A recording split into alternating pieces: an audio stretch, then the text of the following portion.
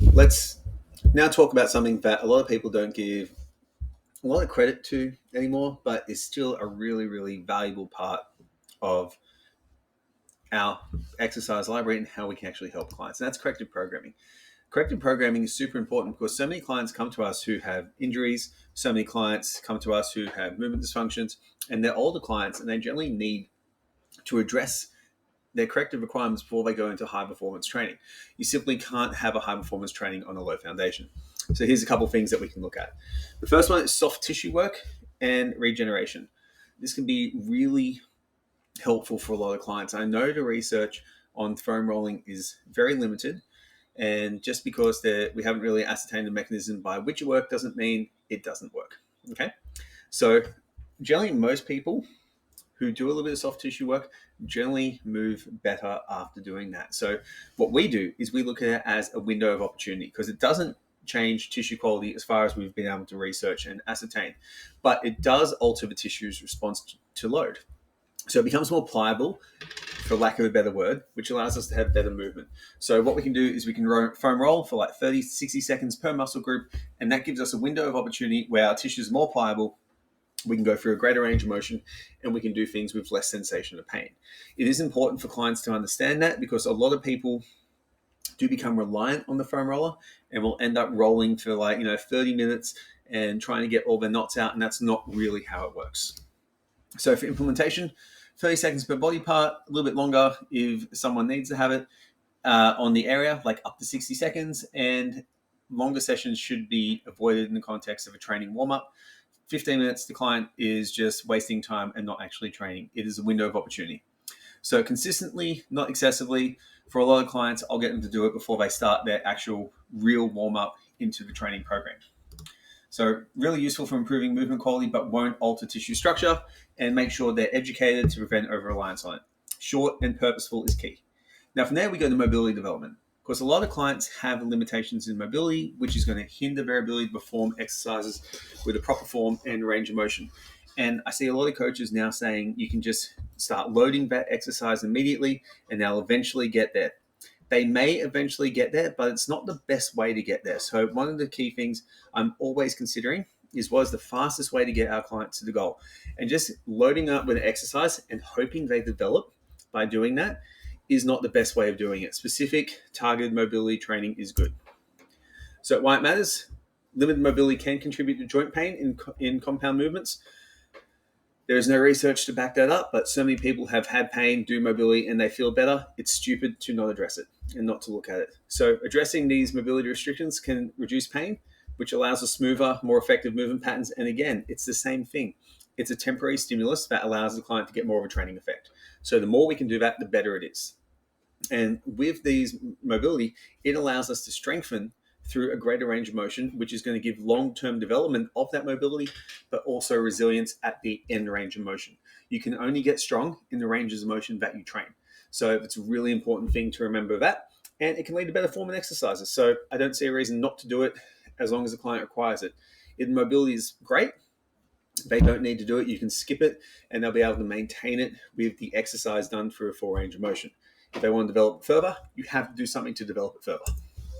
So target commonly tight or stiff areas, hips, thoracic spine, ankles and shoulders are the best. For most people, you can do dynamic stretches, controlled articular rotations. There's tons of mobility drills that you can do that. Again, 5 to 10 minutes. Any more than that is over the top. You don't need to do. I normally get by with about 5 minutes for most people to finish off the mobility. So foam rolling, 2.5 minutes to 3, mobility, 5 minutes, 8 minutes, and they feel significantly better for the workout.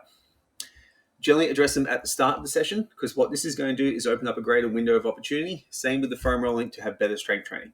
And then you can do this based on the movement screen that we teach you in this course to make sure you give the client the right mobility exercises to get outcomes. From here, we then go into stability. It's essential for creating a foundation for strength and functional. And generally what people find is that doing stability after mobility is better because it reinforces it. So we create mobility distally, we create stability centrally, and then that radiates over and we get better long-term development. So stability training, we need to remember, it's the ability to maintain integrity in the presence of change. So it's essential for proper movement. So we see this in a squat or a deadlift. If someone's doing a Romanian deadlift and their back rounds prematurely, they've lost stability in that range of motion at that particular segment. So stability training can really help reinforce this, which leads to better strength training outcomes. So you can do this. You can do planks, dead bugs, stability exercises on the stability ball. You can do power presses. There's tons of different options. What you can do here is really up to your imagination and what the client needs to get their particular outcome. Now, if someone can squat 200 kilos with a perfectly straight spine and deadlift it, they probably don't need planks or dead bugs. They need more dynamic stability exercises. So scale the stability exercise to the ability of the client. Now, last one here is strengthen and lengthen the patterns. So once you've got mobility and stability in the pattern, focus on the actual training and getting strong at full range of motion. So we want to build strength through range. This means something like a split squat all the way down to improve the range of the hip flexors and the rectus femoris. Doing Romanian deadlifts for a full range of motion to improve the length and the strength of the hamstrings and the glute muscles. So if we develop strength in the lengthened range of motion, it's going to be an absolutely fantastic way to do that. So we use exercises that challenge that end range of motion. So that's, Romanian deadlift is a fantastic one. For hip flexion, the barbell back squat with the heels elevated is a great one to get down there. For the lats, a lat pull down going full extension of the shoulder is a great exercise for that. And what you do is start with basics, progress to more complex loaded exercises as mobility and stability improve. These can be taken very far. People have been doing this with things like Jefferson curls and stuff like that to really take spinal flexion and hamstring range of motion to full range of motion.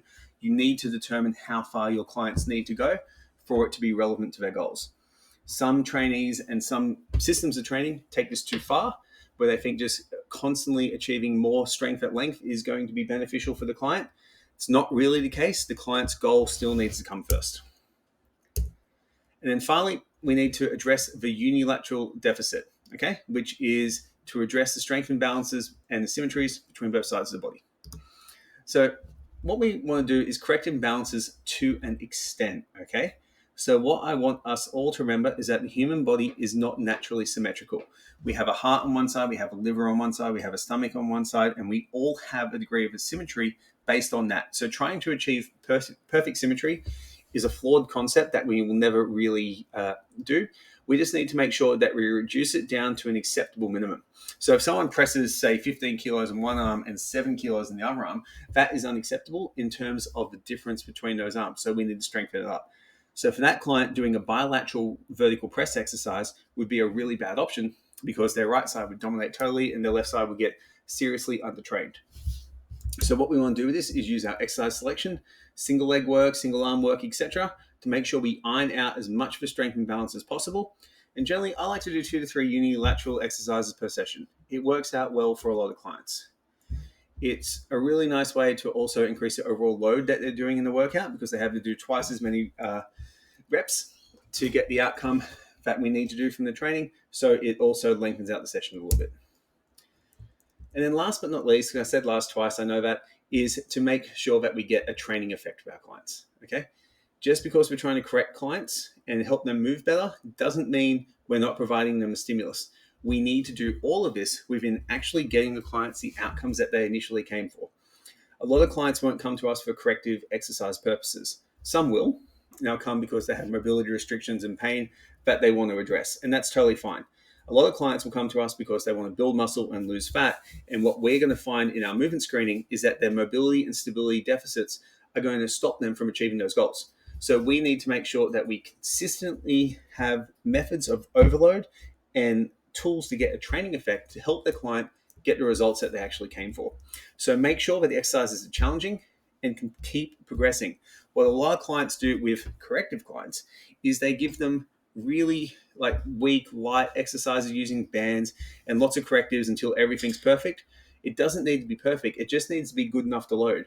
And as soon as it's good enough to load, you can start progressing really, really quickly and make sure these people push themselves to their maximal capacity for what they can do at that time.